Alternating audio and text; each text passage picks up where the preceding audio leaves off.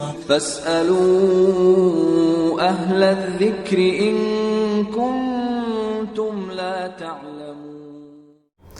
السلام علیکم ورحمۃ اللہ وبرکاتہ۔ میں ہوں آپ کا میزبان حافظ محمد دانش۔ محترم سامعین و ناظرین، آپ کے سوالات کے جوابات کے لیے ہمارے ساتھ موجود ہیں بٹلہ ہاؤس سے شاہم مسجد کے امام و خطیب مفتی احمد بن محمد ارشد خان صاحب۔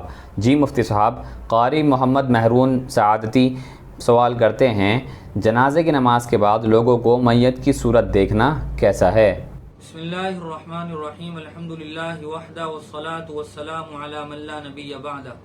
مذکورہ سوال کا اصل حکم تو یہی ہے کہ جیسے ہی کسی کا انتقال ہو، جتنا جلدی ہو اس کی تجہیز و تکفین میں اور اس کو دفن کرنے میں کرنا چاہیے، لیکن اگر زیادہ تاخیر نہ ہو تو میت کا چہرہ دیکھنا جائز ہے۔ البتہ علماء اور فقہا نے یہ بات لکھی ہے کہ نماز جنازہ ادا کر لینے کے بعد میت کا چہرہ نہیں دیکھنا چاہیے۔ بسا اوقات میت کے چہرے کی شکل بگڑ جاتی ہے اور چہرہ عیبدار ہو جاتا ہے، جس کی وجہ سے میت کے عیب کے راز کا افشا لوگوں پر ہو جاتا ہے۔ اس لیے جتنا جلدی ہو دفن کرنا چاہیے اور صرف میت کے چہرہ دکھانے کی وجہ سے تاخیر نہیں کرنی چاہیے۔ محمد صدام سعودی عرب سے معلوم کرتے ہیں، اگر کسی شخص نے ختنہ سے پہلے عقیقہ کرایا تو کیا حکم ہے؟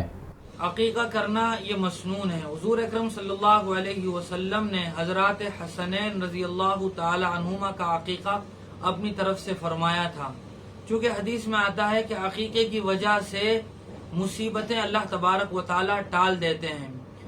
بچے کی پیدائش کے 7ویں دن، 14ویں دن یا 21ویں دن عقیقے کا اہتمام کرنا چاہیے، لیکن اگر ان دنوں میں کوئی آدمی عقیقہ نہ کر سکا تو اس کے بعد 7ویں دن کی رعایت کرتے ہوئے جب بھی موقع ملے عقیقہ کر لینا چاہیے۔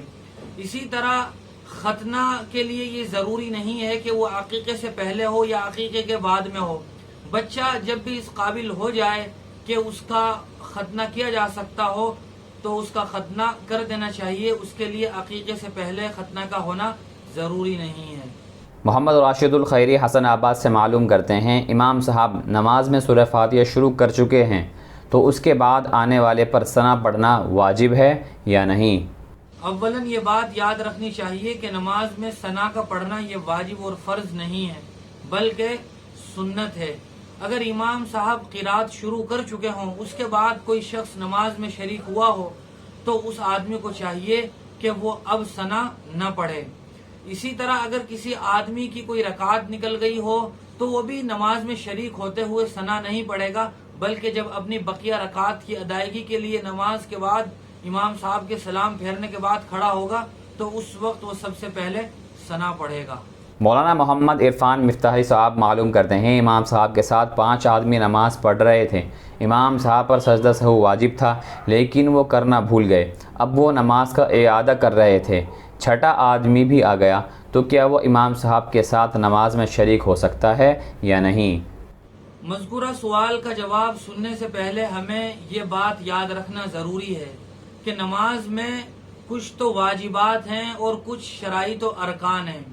اگر نماز میں سے کوئی رکن چھوٹ جائے تو نماز ادا ہی نہیں ہوتی بلکہ نئے سرے سے نماز کا دہرانا یہ لازم ضروری ہوتا ہے۔ دوسری صورت یہ ہے کہ واجبات میں سے کوئی رکن چھوٹ جائے یا کسی فرض کی ادائیگی میں تاخیر ہو جائے تو پھر آدمی پر سجدہ سہو واجب ہوتا ہے۔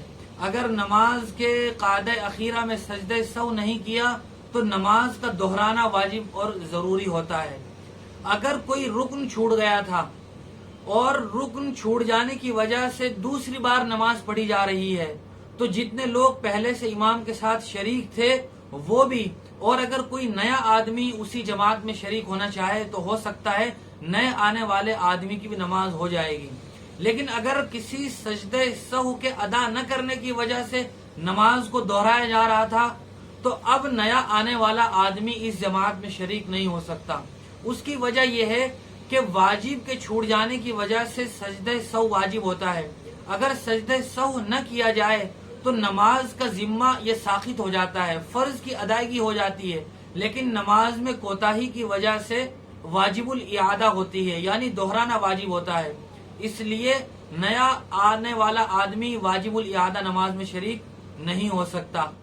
بقیہ جو لوگ امام کے ساتھ پہلے سے شریک تھے وہ امام صاحب کے ساتھ نماز ادا کریں گے. حبیب بھائی آندھرا پردیش سے معلوم کرتے ہیں، حضور اکرم صلی اللہ علیہ وسلم کی سنتوں کے بارے میں تفصیل کے ساتھ کوئی کتاب ہو تو بتائیں. حضور اکرم صلی اللہ علیہ وسلم کی سیرت یہ ایک بحر ناپیدا کنار موضوع ہے. حضور اکرم صلی اللہ علیہ وسلم کی سیرت پر دنیا بھر میں مختلف زبانوں میں کتابیں شائع ہوئی ہیں. اسی طرح حضور اکرم صلی اللہ علیہ وسلم کی سنتوں پر بھی مشتمل بہت ساری کتابیں ہیں، لیکن عام اردو جاننے والے کے لیے ایک بہت ہی اچھی، عمدہ، مدلل اور اچھے اور خوبصورت ایڈیشن میں شائع شدہ ایک کتاب ہے جس کا نام ہے سنن و آداب، اور اس کے رائٹر اور مصنف ہیں مولانا ابو بکر صاحب پٹھنی. وہ گجرات کے ایک مدرسے کے استاذ ہیں، جامعہ اسلامیہ تعلیم الدین ڈھابیل. اس کتاب میں حضور اکرم صلی اللہ علیہ وسلم کے روزمرہ معمولات، عبادات، معاشرت، سیاسیات وغیرہ سے متعلق 1900 سنتیں اور آداب ہیں. اس کتاب کا مطالعہ ہر شخص کو رکھنا چاہیے. عمر بھائی معلوم کرتے ہیں جو قرآن مجید کے نسخے پھٹ گئے ہوں ان کا کیا کرنا چاہیے. قرآن مجید کے اوراق اگر بوسیدہ ہو گئے ہوں یا قرآن مجید کے نسخے پرانے ہونے کی وجہ سے پھٹ گئے ہوں، اسی طرح دوسری جو دینی کتابیں ہوں جو اب پڑھنے کے قابل نہ رہی ہوں، تو ان کا طریقہ یہ ہے کہ ان کو کسی پاک کپڑے میں لپیٹ کر کسی ایسی جگہ دفن کر دیا جائے جہاں لوگوں کی چلت پھرت نہ ہوتی ہو کہ لوگوں کے پاؤں ان پر پڑتے ہوں. دوسرا طریقہ یہ بھی ہے کہ آدمی ان اوراق کو جلا کر اس کی راکھ کو اکٹھا کر کے کسی دریا وغیرہ میں بھی بہا سکتا ہے. ایک صاحب کا سوال ہے، وضو کے وقت سلام کرنا اور اس کے جواب دینے کا کیا حکم ہے؟ سلام کرنا یہ مسنون ہے احادیث میں، بلکہ قرآن مجید میں بھی اس کی فضیلت اور تاکید وارد ہوئی ہے. البتہ سلام کرنے کے کچھ آداب ہیں جن کی رعایت ہمارے لیے بہت ضروری ہے. مثال کے طور پر وضو کرتے ہوئے، نماز پڑھتے ہوئے، قرآن مجید کی تلاوت کرتے ہوئے یا کسی دینی کتاب کا مذاکرہ کرتے ہوئے، کھانا کھاتے ہوئے، پیشاب پاخانہ کرتے ہوئے کسی کو سلام نہیں کرنا چاہیے. ایسی جگہوں پر اور ایسے کام کرتے ہوئے سلام کرنا یہ ناپسندیدہ ہے، اور اگر کوئی آدمی ایسے مواقع پر سلام کرتا ہے تو ایسے موقع پر کیے ہوئے سلام کا جواب دینا بھی واجب اور ضروری نہیں ہے. نعیم رضا بٹلہ ہاؤس سے معلوم کرتے ہیں، ایام 20 کے روزوں میں قضائے عمری کے روزوں کی نیت کرنا کیسا ہے؟ اسلامی مہینے کی 13ویں، 14ویں اور 15ویں تاریخ کو ایام 20 کہا جاتا ہے. ان روزوں کی فضیلت احادیث میں وارد ہوئی ہے. حضور اکرم صلی اللہ علیہ وسلم بھی ان روزوں کے رکھنے کا اہتمام فرمایا کرتے تھے. لہذا آدمی اپنے اندر طاقت رکھتا ہو اسے بھی ان روزوں کا اہتمام کرنا چاہیے. لیکن اگر کوئی آدمی ان دنوں میں پچھلے قضا روزوں کی نیت کرتا ہے تو پھر قضا روزے ہی ادا ہوں گے اور قضا روزوں کا ہی ثواب ملے گا. نفلی روزے بھی نہیں ہوں گے اور نفلی روزوں کا ثواب بھی نہیں ملے گا، چونکہ نفل اور قضا یہ دونوں مستقل علیحدہ علیحدہ روزے ہیں. جن روزوں کی آدمی نیت کرے گا وہی روزے ادا ہوں گے اور انہی روزوں کا ثواب بھی ملے گا. انہی کا دوسرا سوال ہے، اگر سحری میں آنکھ نہ کھلی تو بغیر سحری کے روزہ رکھ سکتے ہیں یا نہیں؟ جی ہاں، اگر کوئی آدمی بغیر سحری کے روزہ شروع کر لے اور وہ زوال سے پہلے پہلے کچھ نہ کھائے اور نیت بھی کر لے تو اس کا روزہ ادا ہو جائے گا. رضوان بھائی چنگیاری سے معلوم کرتے ہیں، صبا کے کیا معنی ہیں؟ عربی میں ہوا کے بہت سارے نام ہیں، جیسے ایک نسیم ہے، اسی طرح ایک نام صبا بھی ہے. خوشگوار ہوا کو، ٹھنڈی ٹھنڈی ہوا کو یہ صبا کہا جاتا ہے. بہت شکریہ مفتی صاحب آپ کا. اسی طرح کی مزید مسائل کی جانکاری کے لیے آپ اپنا سوال ہمارے کمنٹ باکس یا ڈسکرپشن میں دیے گئے نمبر پر آپ ہمیں واٹس ایپ بھی کر سکتے ہیں. ہمارے دار ارقم یوٹیوب چینل کو سبسکرائب کریں، ویڈیو کے نوٹیفیکیشن کے لیے بیل آئیکن کو دبائیں، ویڈیو کو لائک کریں، صدقہ جاریہ کی نیت سے ویڈیو کو شیئر بھی کریں اور اپنے سوالات ہم تک یوں ہی پہنچاتے رہیں. جزاک اللہ.